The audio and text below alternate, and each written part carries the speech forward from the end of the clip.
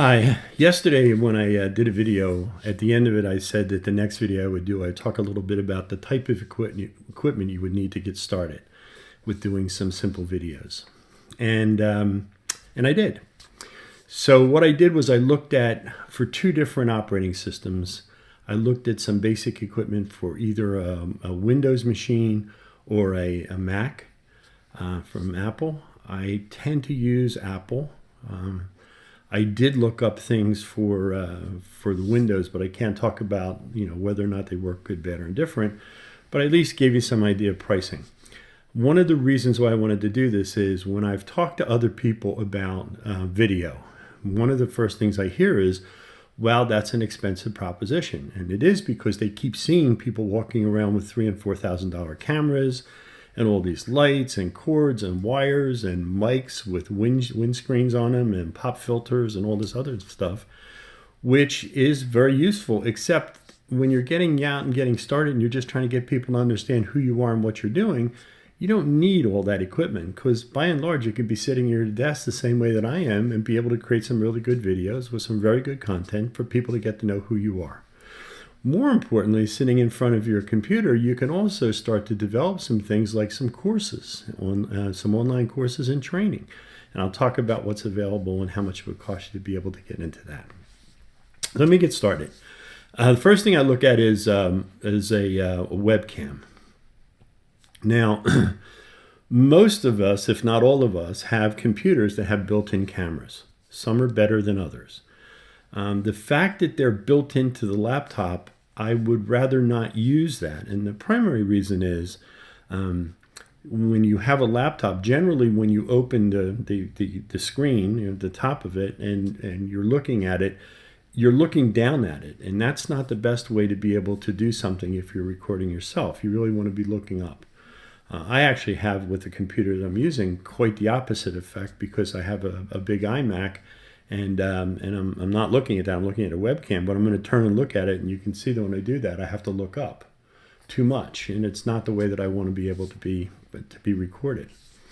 So the best on the market that I've been able to find is there are two cameras. They're both by Logitech. One of them is the Logitech C920, and the other is a newer version, the C930. They both record at up to 1080i, so it's full high def. They both actually have built-in microphones, although I don't use their microphones. And the difference is that the C920 has been out for a couple years. It may be difficult to find, or it's I saw it's on Amazon today, so it is available.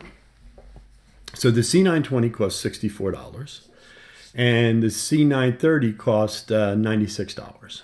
So again, it's not even breaking $100 for the newest model of it. The other thing I recommend, though, is the way most people have previously used their webcams is you have them balanced on the back of the screen. And of course, if your laptop is open and you're looking down at it and you put it up there, it still doesn't make that big of a difference. I recommend that you get a small tripod. Something that's not like the desktop tripods because, again, you're trying to get it up high enough that you're able to look at it. And generally, the little tripods that sit on desks don't give you the capability of doing that. Now, the one that I bought, I think that the dimension says it would be able to extend up to 42 inches. So that means it's not going to go really high. I have it barely opened, and I have it at the place that I want it. As long as we're talking about those, one of the things that you could also do is one of the best video cameras on the market, if you happen to have an iPhone, is the iPhone 6S, iPhone 7, 7S. They're really great video cameras, and you can use a selfie stick, or you can actually have a device put on top of a tripod to be able to capture that and put it in place. That's also a really great camera to use. And it doesn't cost you anything incremental to be able to use that. Now, the next thing I want to talk about is microphone, because one of the things I learned a number of years ago is the most important thing in video is audio. So you want to make sure you've got really good audio. And for me, using the internal microphones just doesn't do it. So I learned a number of years ago that one of the best microphones is from a company called Blue, I guess it is, and it's the Blue Nessie, Nessie. Really good microphone, and when I bought it, it was like $139, but right now on Amazon it's $96. So you get a great microphone, you get a great video camera, whether you're using a webcam, you get it in the right height so you're able to have everything going on right. Now you need to be able to record the videos. So there's two options. One of them I can talk about a little bit. The other one I really don't know much, and that's for the Windows environment. Windows Media Player is where you would focus. And in looking around today, it seems like it's free, so you don't have to pay anything more for it. I don't know if you need any adjunct software to use for it because I just don't use it. Having a Mac, I use QuickTime. And I use QuickTime Pro because that's the one that gives me the best capabilities of moving things around. I can even do a little bit of minor editing with it. And that's $29. So there's a free version, but it doesn't allow you to do some of the extra things. So you upgrade to the Pro, and it's like $29. So where can you kind of display all this information? The primary places are, you're going to have a YouTube channel. I mean, everybody just basically has a YouTube channel, and YouTube channels are free, and all the capabilities that they put on those are free. And you also have the capability of live streaming, if you want to be able to do that, using something like YouTube Live, or you can use Google Hangouts. And one of the biggest differences between the two, there's two of them, and I'll take them one at a time. The first big difference is with YouTube Live, it's pretty much simplex. You can have you're talking and you're going out and over a channel that YouTube's providing you. And you can have hundreds of thousands, if not millions of people watching, although it's hardly unlikely it's going to happen. But it's just you talking to them. The only communication that takes place is taking place with a chat role. Alternatively, Google Hangouts is one that started really as a video chat room. It's been around longer than YouTube Live. Although it has a lot of problems with quality, it's not that it can't be used. There are some people that are trying to do some extra things with it, and Google's always trying to do something with it to make it better. But if you get like 7 or 8 people on the call, all of a sudden it can be a little dicey. There's a couple so it's been around longer, but I prefer the quality of YouTube Live and generally use YouTube Live. Now, here's the most important element about using either one of these facilities to be able to share your videos.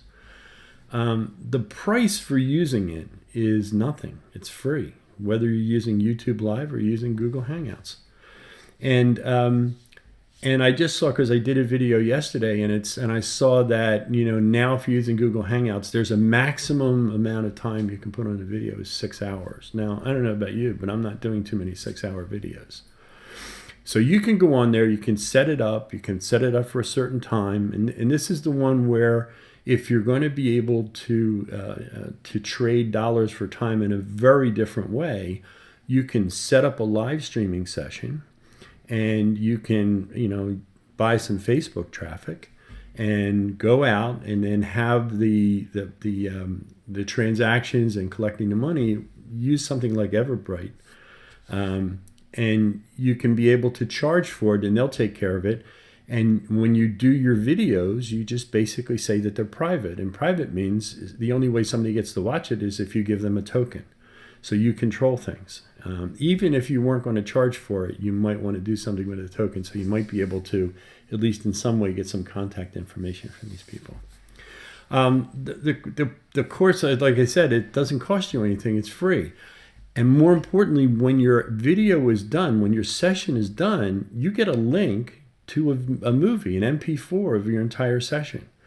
So now if I was just on and I did an hour's worth of communicating to a wider group of people, and I'm using the same information that I charge clients on an hourly rate, and if I'm charging $7.50, if I'm talking there, it's $7.50.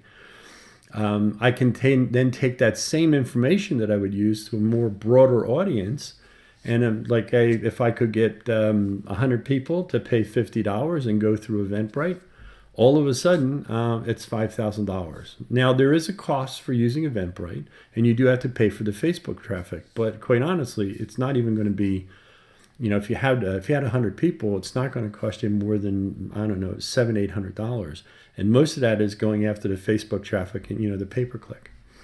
But think about that in the terms of, I not only got to give that presentation and get that extra money, but on top of everything else, I get a video. And what can I do with the video? I can do lots of things with the video. I can, in fact, cut it up and use it into different training programs. The other thing that people are doing is you're very carefully handling how you're talking during that 1 hour segment. So you're trying to keep it evergreen. And that means that you could then schedule another session because you've got the video, and you could basically be telling people, oh, by the way, we're having another session. It's going to start at the same time. Let's say you start at 11 o'clock. You say it's going to start at 11 a.m. Please come 15 minutes early so we get everybody logged on and get the internet to come to state, et cetera, et cetera. And 15 minutes before, you're there live interacting on the chat roll. Okay, so they know you're there. And at the appropriate time at 11 o'clock, instead of hitting the live button, you're hitting play. And now you're using that video that you did before, and you're using it over and over again. There's some people that are really doing this, and they're really killing it and crushing it with this kind of an operation. So that's another way for you to be able to use the video. You're not using any more equipment than what I've already talked about. And you're able to do something with it and be able to go someplace and make some more money. Now, there's a couple other ways you're able to use some things. For example, you can use Skype, and if you wanted to create recordings that you're going to use and upload onto something like YouTube, you can use Skype, and Skype has video. And if one of you has a pro plan, which costs you, $30 a year, I think is what it cost me. But if I'm Skype Pro, then I can have multi-point video calls, and so it doesn't cost anything for Skype, but it cost me $30 to have this uptick in the Pro plan. More importantly, I get to use audio and direct dial anybody, and I think I'm using just the United States and Canada, and I can add them to a call. And video to video or Skype to Skype on video is free as long as one person has a pro account. So that's an extra $30 for that. Again, not that much.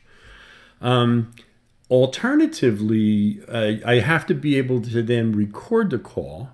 And Skype has a player that integrates with them that's really very good. It's called Ecamm, E-C-A-M-M, and it costs $30.